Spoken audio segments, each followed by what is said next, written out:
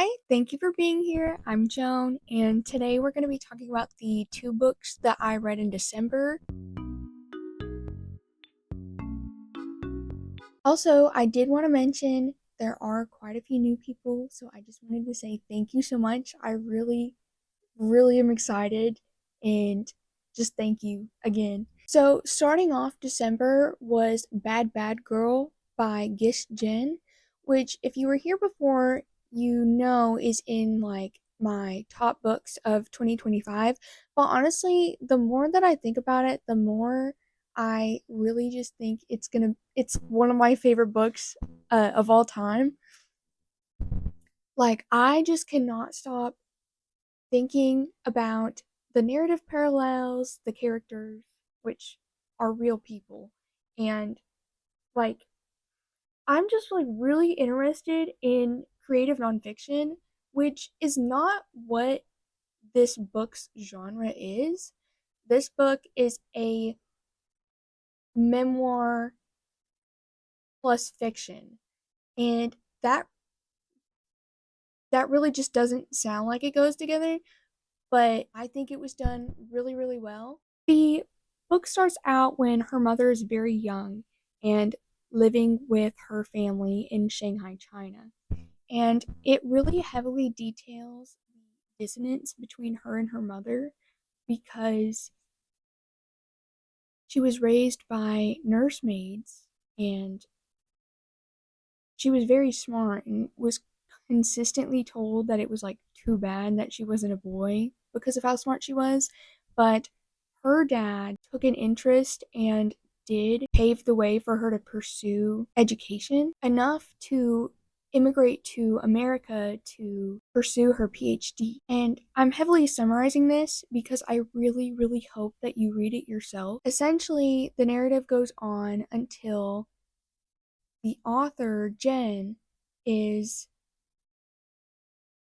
not necessarily born, but when she gains like a sense of self, like an identity, like a consciousness of her, like an awareness, but it kind of melds into her point of view and then starts going more into detail about the tension between her and her own mother, which it did like hurt me a bit to see that her mom had continued that cycle and tradition. Reading about the abuse that she persevered through, it was really heartbreaking, but it also, I couldn't bring myself to like hate her mother because I knew like what she had gone through and what she was continuing to do, which is acknowledged in the narrative. And like I don't feel any hatred from Jen. If anything, it feels more like a longing for that maternal connection and what could be, especially because it seemed that her sisters did have that connection with their mom. And I watched an interview by, I believe, Poetry and Politics. I'll link the interview in the description.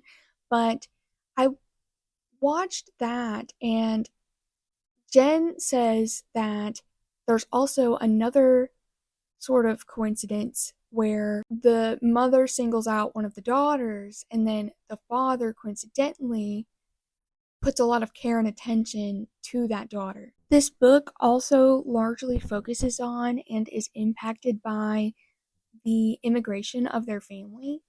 Jen's mom was the only person of her family that immigrated before the communist takeover, and at that point, there was not travel between the countries at all because they were both on lockdown. And on top of that, dealing with racism, I I think it was the 1960s. I'm bad at years, so don't quote me. There's a lot of nuances to this too because like a a running kind of theme with Jen's mom is she wants everyone to see how well she's doing and how well her children are doing for themselves.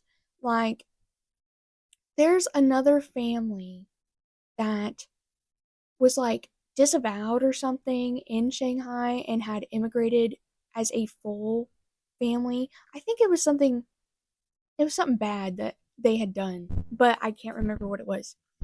But like she was very jealous that it and like there's this unfair aspect to know that she got pretty much everything it seemed that Jen's mom had wanted, down to the husband, the lifestyle.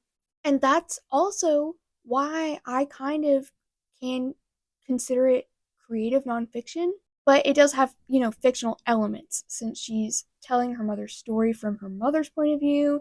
And then also they have like conversations after her mother's death. So obviously it's like what she believes her mom would have said to her in those conversations. When I was learning about creative nonfiction, it's about putting pieces of your life to create a narrative, to create a theme, and to say something with it. And I really think that that's what she's done here. That's what I've been thinking about it so far. I am planning on rereading it once I can get my hands on the paperback so I can actually like annotate, because I don't like annotating on the Kindle. It's too laggy and annoying to use.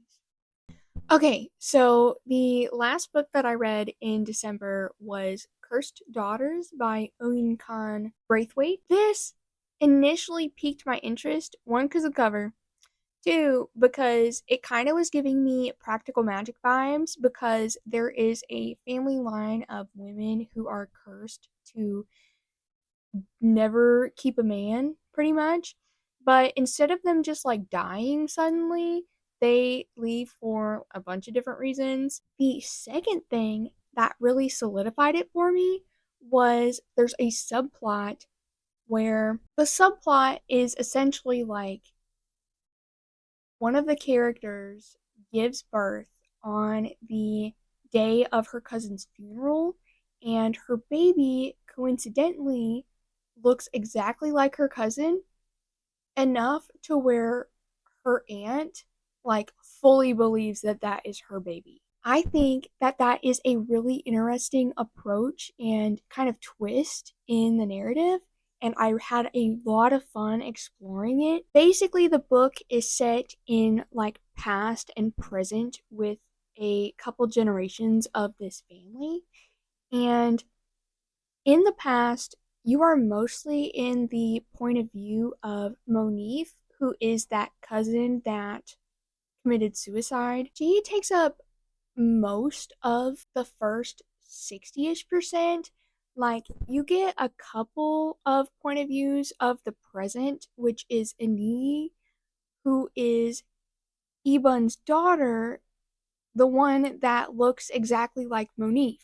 And I really enjoyed her point of view because it was really interesting to think about like identity. And it's like when you're told your whole life and it's insinuated that your laugh isn't yours, your voice isn't yours, things like that. Are you really like a different person? And it's interesting to see her kind of explore that and push back against it. And like going off of the superstition with like the family curse, it's also kind of like some of these men are just not good. Like men really get away with a lot, and at that point, it's like, are are these women really cursed, or are they choosing bad partners? It seems like they live in a very patriarchal society. Like women are very subservient. And so it was just really interesting to explore these kind of family dynamics and see what transpired to cause Monique and her own life. But like not to lie, some of that the like parallels in the reincarnation or like between the two, I'm like, and now something that I wasn't a huge fan of was it was really hard to like see the setting that they were in. Like it just felt really flat and static and kind of like they were just there's just some white walls. But I typically like a lot more like imagery and vividness in my world building descriptions. It like didn't like hurt the book at all for me. It's just something that I think would have enriched it a little bit more. But still, it's like one of the better books I could have ended the year with, so I do appreciate that. But yeah, those are the two books that I read in December, and I'm probably going to be doing my January wrap video next. I read 3 books last month, so I'll give you a little bit of a sneak peek since you stayed for so long. I read Restoration by Ava Barrera, Local Heavens by K.M. Fajardo, and Rejection by Tony Tillamook. I'm sorry if I'm saying that wrong. But I'm going to be doing that probably in a week or so. It's been really crazy lately. That's why this video is so late. So I do apologize. But I'm hoping to get back on a regular schedule. If you've read any of these books or if you're interested in them, let me know in the comments. Don't forget to like, subscribe, and thank you again for being here. I really do appreciate it, and I hope you have a wonderful day.